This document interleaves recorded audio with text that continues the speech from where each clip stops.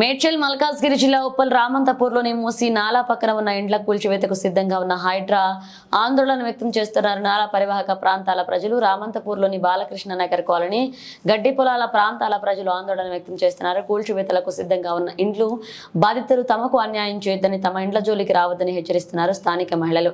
ఇందుకేనా నీకు ఓట్లు వేస్తున్నట్టు ఆగ్రహాన్ని వ్యక్తం చేస్తున్నారు.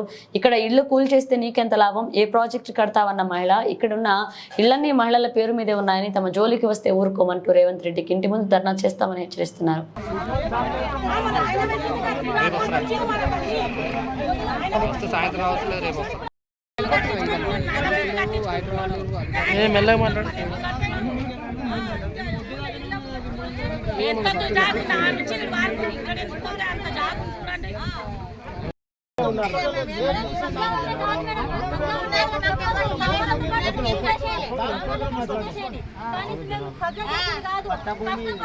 ప్రభుత్వాలు ఎందుకు బఫర్ జోన్ అని చెప్పేసి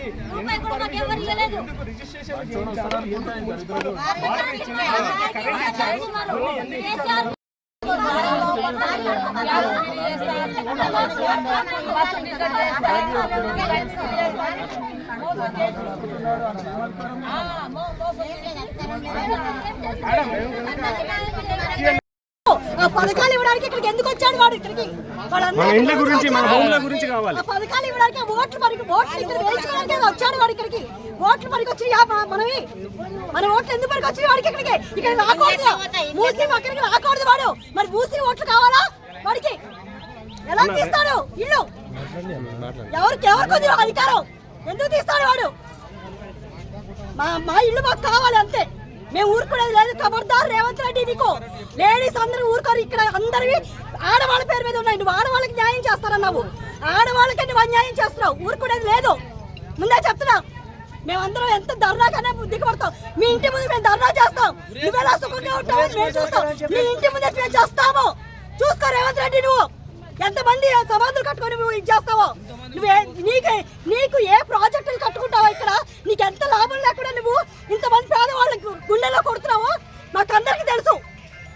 కోట్ల ఆస్తులు నువ్వు మూట కట్టుకోవడానికి మా అందరి జీవితాలను ఆడుకుంటావా? నువ్వు ఏ ప్రాజెక్టులు కట్టుకున్నా పేదవాళ్ళకి సమాధుల మీద? ఊరుకునేది లేదు. ఖబర్దార్. ఒక చుక్క నీళ్లు కూడా పైకి రాలేదన్న. ఆ రోజు లేని ప్రాబ్లము ఇవాళ మాకు ప్రాబ్లం చేయడం ఇది కరెక్ట్ కాదు. మా పేదోళ్ళను కడుపు కొట్టేసి మేము రూపాయి పోగు చేసుకొని మేము ఇక్కడ భూములు కొనుక్కొని, అది కూడా రిజిస్ట్రేషన్లు ఉన్నాయంటే కొనుక్కున్నాం. కానీ మేము ఏదే గవర్నమెంట్ ల్యాండ్లో మాత్రం మేము వేసుకోలేదండి. 2020లో ఇంత పెద్ద నాల పారినప్పుడు కూడా ఒక చుక్క నీళ్లు మాకు రాలేదు. మేము ప్రాబ్లం ఎదుర్కోలేదండి, ప్రాబ్లం ఎదుర్కోలేదు. ఇవాళ ఏంటండి, మీ సొంత లాభాల కోసం మమ్మల్ని ఇంతమంది పేదోళ్లను నోరు కొడితే కరెక్ట్ కాదు కదా. అయ్యా రేవంత్ రెడ్డి గారు, మీకు దండం చేసి చెప్తున్నాము, మా పేదోళ్లను కొట్టద్దు, మా పేదోళ్ళ పొట్టల మీద కొట్టద్దు.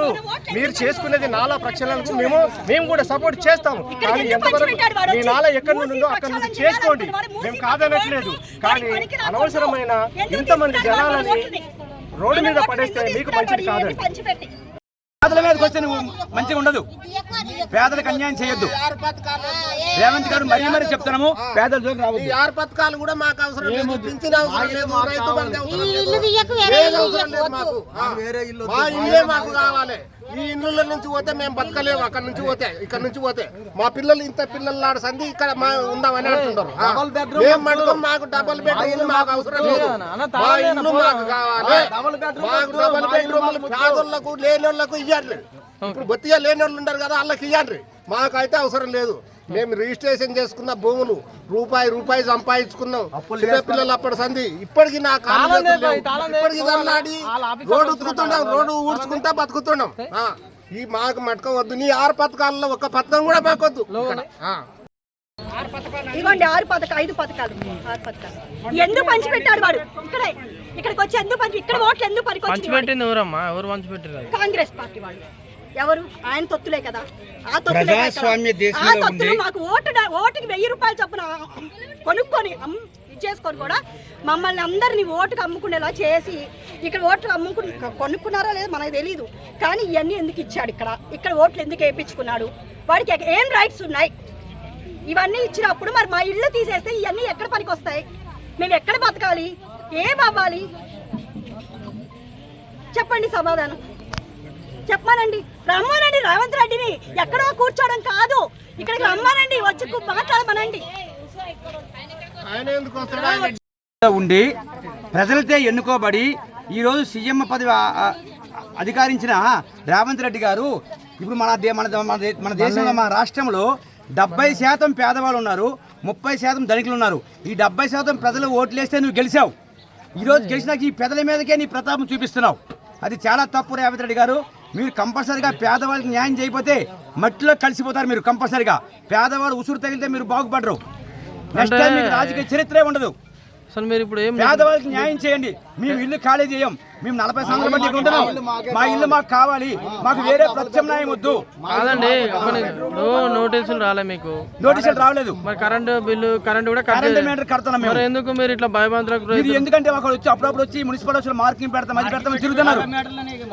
మార్కింగ్ ఎందుకు పెడతాం? మా కాలనీకి మేము కొనుక్కున్నాం. పట్టా పొలాలు ఇవి రైతుల దగ్గర మేము కొనుక్కొని, వాళ్ళు ఏ ఓట్లు వేస్తే మేము కొనుక్కొని 20 లక్షలకు 30 లక్షలకు కొనుక్కొని ఈ రోజు మనకి 20 లక్షలు ఖర్చు ఎవరు మార్కింగ్ పెట్టారండి? ఎవరు మార్కింగ్ పెట్టారు? ఎవరు వచ్చారండి? మాకేం తెలుసు? అధికారులు వచ్చారు, వచ్చి మార్క్ పెడతారు మాకు. కాబట్టి అంటే మీరు ముందుగా గ్రహించి మేము ఎలర్ట్గా ఉంటున్నాం. మాకు ఎటువంటి డబుల్ బెడ్రూమ్లు కానీ ఎటువంటి మాకు అవసరం లేదు. మా ల్యాండ్ మాకు కావాలి, మా ఇల్లు మాకు కావాలి. ప్రజలతో ఎన్నుకోబడిన ప్రజాప్రతినిధులు ఈరోజు అదే ప్రజలకి మోసం చేస్తావా?